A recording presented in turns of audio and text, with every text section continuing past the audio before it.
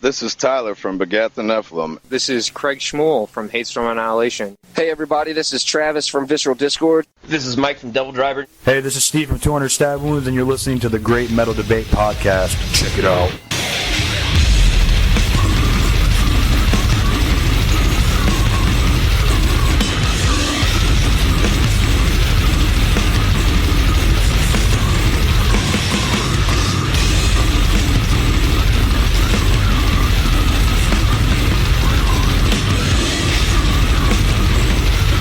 Welcome back, Metalheads, to another episode of the Great Metal Debate Podcast. It's your man Xander again with another metal interview.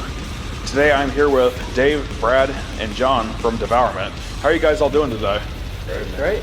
Awesome. How are you? I'm doing great.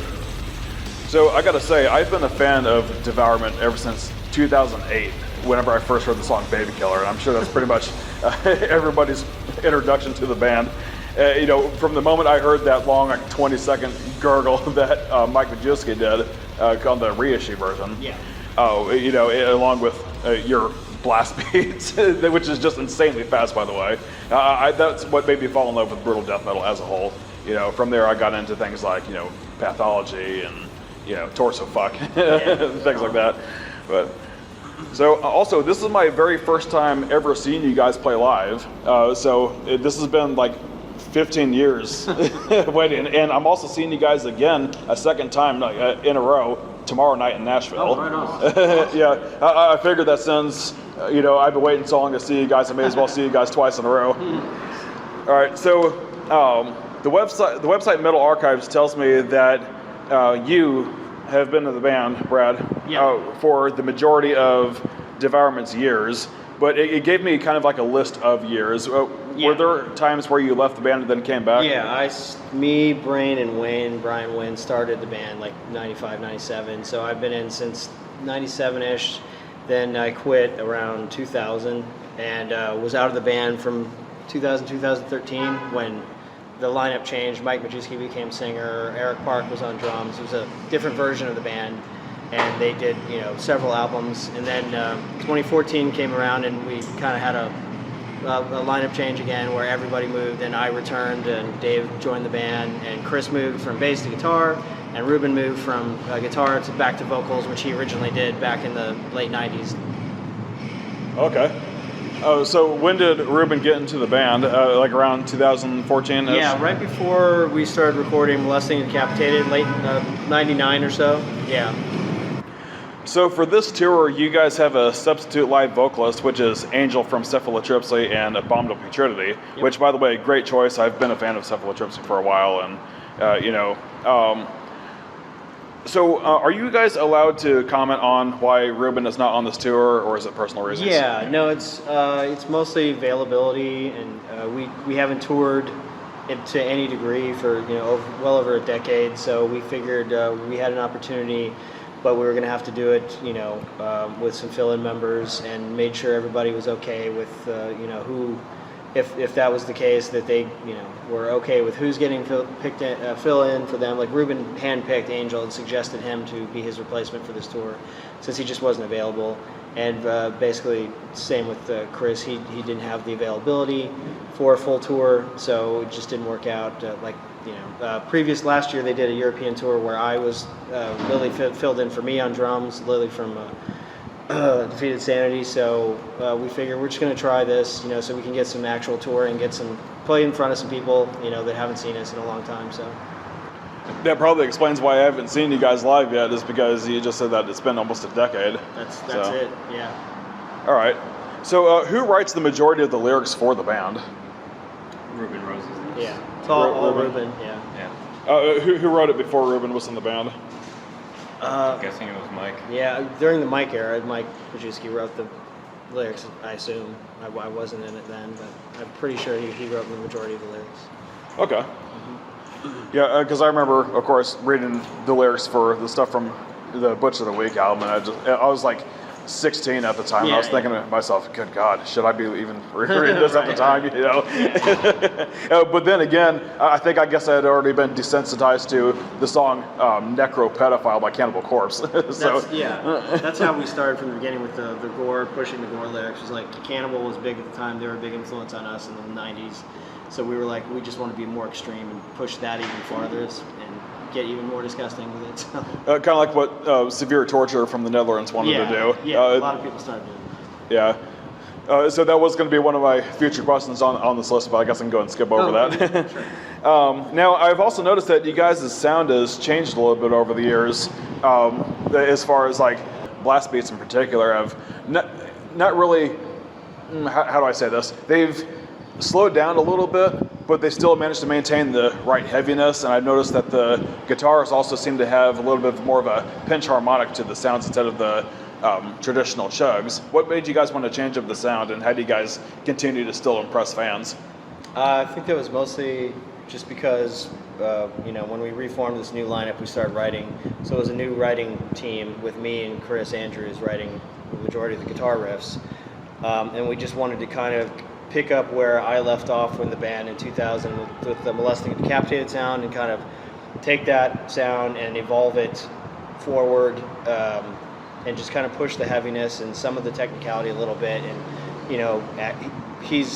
we're big Zakk Wylde fans, and we like the pinch harmonics, and it just sounds brutal in the right context. So that's just kind of how that happened. It just became an evolution of what we started doing with Devourment originally, trying to be the heaviest, brutalist, whatever kind of stuff that we've heard, but with a good ear for songwriting structures and arrangements and that kind of thing. Okay.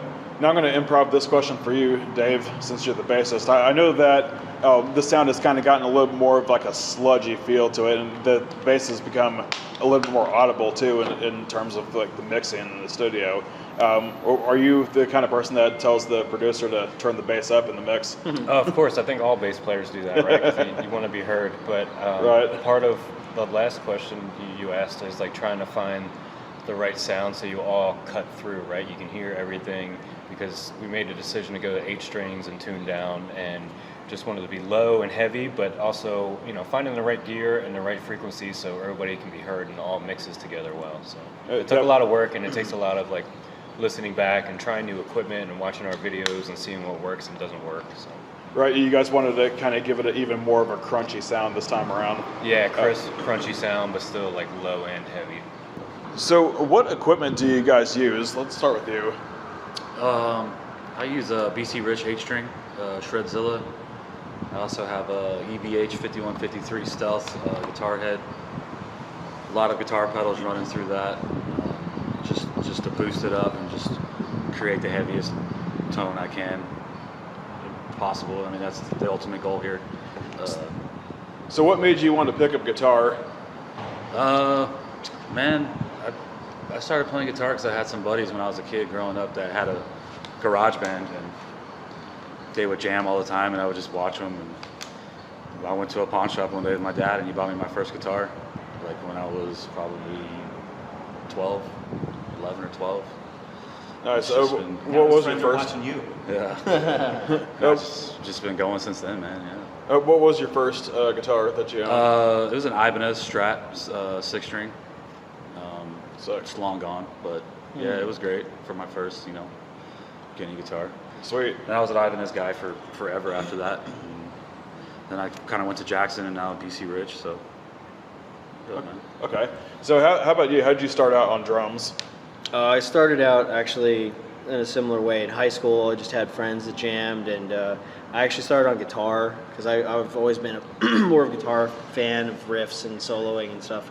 And we started high school bands, and then every time we'd break at a practice or something, I'd get on the drum kit, and I usually wind up being slightly better drummer than whoever we had on drums at the time. So I felt more comfortable on drums, and I struggled more on guitar. So I was like, I think I'm going to switch to drums. So then I just started doing metal bands and stuff, in high school, and then I started hearing death metal, and that's when I started trying to, play Cannibal Corpse beats and stuff, and that was kind of it for me. So what was the first kit that you ever had? Oh, Jesus. The first kit I ever had was stupid. It was a Remo PTS. I don't think anyone even ever heard of this. It's pre-tuned drum kit.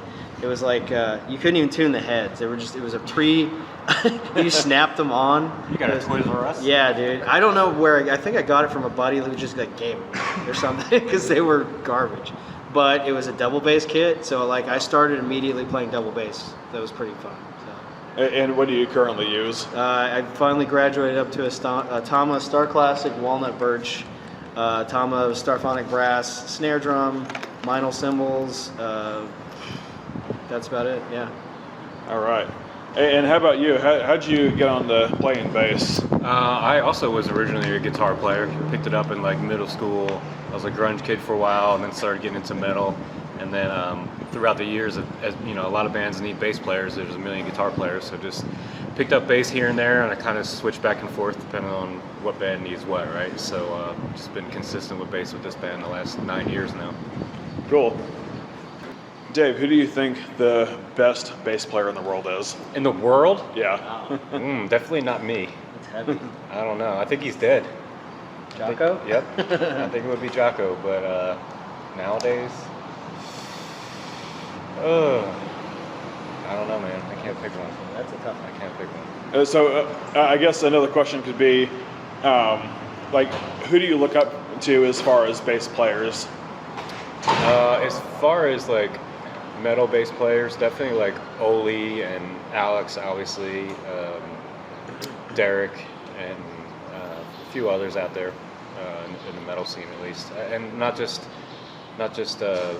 it's everything about them, right? It's their playing technique, it's their sound, it's everything. I kind of like steal from them and kind of make it our own because it just works, right? Yeah. So Alex from Cannibal Corpse and. So Oli from Cattle Decapitated and Derek from Suffocation. Yeah, Derek Boyer. Yeah, I've talked to him a couple times. He's a pretty cool guy. Yeah. And in fact, I saw him. Actually, I saw them like a little over a month ago when they opened up for Death to All. But then I saw them last year when they played with Surreption. Yeah. So. Right on. And what about you? Who do you think is like one of the best drummers in the world, or Jesus. like who do you look up to? Same. The best ever is dead. His name's Buddy Rich. Yeah. Okay. John Bonham is number 2. My biggest influences consistently for the past like 30 years since I started playing drums was David Cole Ross of formerly Malevolent Creation, Suffocation, and Disgorged, the best death metal band no one's ever heard of, and Flo Monnier from Cryptopsy. That's kind of what my original notion of what I was trying to do on drums was like flows and hyper blasty speed and weird, accenting and stuff, and Dave Colross's creativity and power and that kind of thing. Okay. And how about you for the guitarist? Man, I used to love Stevie Ray Vaughan, Steve Vai, John Petrucci. My biggest influences are probably Hoffman Brothers, Deicide. Oh yeah. Terrence, Suffocation, Jack Owen, Cannibal Corpse. I mean, those guys kind of wrote the book, you know what I mean? So, yeah. Those my favorites. Who does you guys' album cover artwork? The last album, Obscene Majesty, was done by this guy named Chaos Dictator. That's what he goes by on socials. He was really super cool with us and made us a custom piece, and we were really happy with it. I don't think we've ever had any like consistent single artist. Maybe the closest thing is John Zig, who has done a lot of shirt art and poster art for like every band on the planet. But we've known him since the late '90s as well for various things. And Mike Majewski was actually our original artist who did our like Impaled demo cover stuff and like our original T-shirts and stuff way back in the day. Okay. I guess I'm trying to figure out how you guys either took the picture or... Oh, you're talking MTD? Yeah. Yeah, that guy? Yeah, that's our mascot, our informal mascot. Yeah, that was from a photo art book by J.P. Whitkin that we kind of used. Oh, okay. And and it kind of became infamous, I guess, that way. But yeah, he I don't think he's still alive anymore, but he did these insane photos of like distorted bodies and stuff. We don't know how he got away with that, but Yeah, it worked because I came up with the name for the album, Molesting Decapitated, and we saw that picture and we're like, yeah, it kind of fits. So. Right. And I have the wall flag for that. Oh, yeah. And originally I had that in my living room, but then Thanksgiving rolled around a couple months ago, and I thought, okay, I can't have this up here. Yeah, I had to put it back in the room. Yeah, it's a tough sell some places. Yeah, somebody's trying to eat a piece of turkey, and it's like, oh man, I can't really swallow it. I can sit here and chew, but I can't really swallow it because I'm looking at that. So, Right. Which I guess is a good thing. You know, it appeals to people who haven't heard you guys' music yet. Now, another question I have about Molesting Decapitated is, now I saw this picture a long time ago. I wish I still had it on my phone, but I don't know if I can even find it anymore. But it looked like somebody had made an action figure out of that. Yes, like, they did. That's real? Yes. Okay. Where do people buy that? Because I want I it. have no clue. I think he only made like a handful of them. Yeah, I think it was just limited some edition? fan. Yeah, that Probably in Asia somewhere. somewhere sketchy. Yeah. Yeah. Asia or Eastern Europe or somewhere. Yeah. Can't say that, Brad. No. We love that guy, whoever he is. Thanks, man. Yeah, it's awesome. He did the packaging and everything. Yeah, it's like. Yeah, because I saw it still in the plastic. Yeah, it's still in the plastic. It's like buying a G.I. Joe or something. It's like awesome.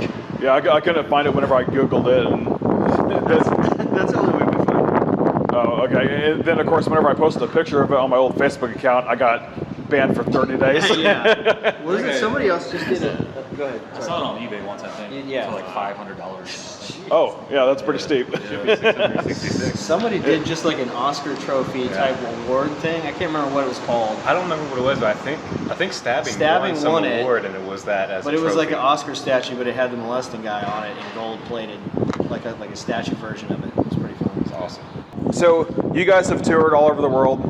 Out of all the countries that you guys have been to in the past, which place has the most insane mosh pits? Ecuador.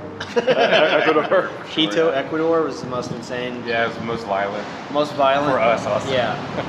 Yeah, I think the people were like swarming on stage, and like the guys in the band were having to kick and punch people, and they were like loving it. I guess it was insane. Then some fights broke out, Yeah. and there was like cops and security everywhere. Yeah, there It were was just armed madness. guards and all I think sorts they're of- having a revolution at the same time. Yeah. Oh, okay. It was. Obscene Extreme's pretty crazy too. I was just about to say Obscene Extreme because that's where I got the idea to ask this question, is because I was watching some videos of you guys playing at Obscene Extreme, and of course, everybody for some reason is in a costume. Everybody has a pool inflatable toy. See, that's Yeah. more like playful fun. Yeah, right? it's not violent. It's not It's just violent, it's yeah. insane and over the top for sure. But honorable mention to this tour.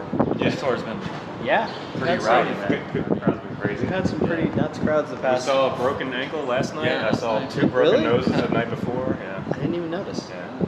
Dude was laid out outside. Well, I hope the guy's okay. Yeah, same. So, what are some essential things to bring on tour? Baby wipes. Baby wipes. Lots Number of one. underwear. Lots of Yeah, underwear. extra underwear, extra socks. Your best friends. Shit. Shit. Sleeping bag? I don't know. Yeah. Definitely extra guitar strings, all that extra cables. You never know when Backup, everything. your gear's gonna take a shit. Yeah. Okay, so the final question I have for you guys is, what is the best way for fans to support your band? Buy our merch.